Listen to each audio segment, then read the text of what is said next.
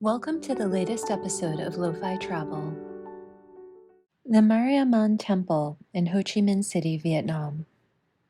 A fishing village colonized by the French in 1673, Pondicherry, now Puducherry, was France's oldest and longest surviving Indian colony, only legally merging with modern independent India in 1962. By the 19th century, Pondicherry was called the French Riviera of the East, having become a terribly wealthy port and resort town. Indians there were permitted to rule themselves under Hindu law with French oversight, but in an effort to mitigate the worst effects of the caste system and create a class of loyal, semi-assimilated workers, the French issued the Pondicherry Decree of 1881, giving native Indian residents of the colony the option to renounce their Hindu personal and legal status and instead be governed by the French Civil Code, effectively making them French citizens. As expected, a new caste was born, commonly called renouncers, many of whom quickly used their new legal status as equal French citizens to migrate to France's newer colonies in Indochina, where those fluent in French and educated in French schools were able to easily obtain government jobs as administrators, small claims judges, postal workers, and policemen, and were exempt from the corvée system imposed on the native Vietnamese. Seizing the opportunity, Natakadai Chetars, a Tamil caste traditionally involved in money lending, banking, commerce, and various mercantile trades, followed suit, renouncing and moving to Saigon to set up businesses. Within just a decade, so many Tamil immigrants were living on Rue Ye, present day.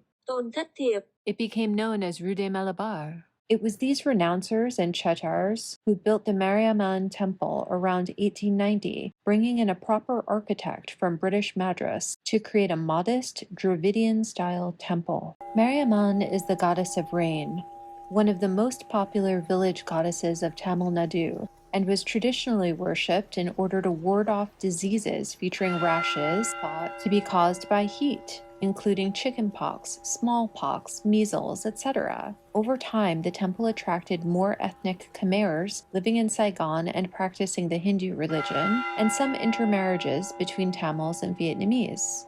Due to their higher social and legal status, Tamils in Saigon were referred to in Vietnamese as Bengali or Chetties, while immigrants from British India were called Bombay. The Tamil origin descendants of renouncers mostly left with the French in 1954, leaving the temple to the Chetars and Khmers. During reunification in 1975, the few hundred families still worshipping here mostly fled the country, and administration of the temple was assumed by the People's Committee, which dictated no priest could receive a salary, only live off the charity of congregants. This anti-religion strategy worked, with only one Tamil priest able to remain thanks to the generosity of the few remaining families. This priest is said to have adopted 2 Khmer orphans whom he trained in turn as priests. They then married Vietnamese women, each having a son, who are the current priests at the temple. Only 50 families regularly worship here, none are of Tamil origin, and the grandsons of that last Tamil priest speak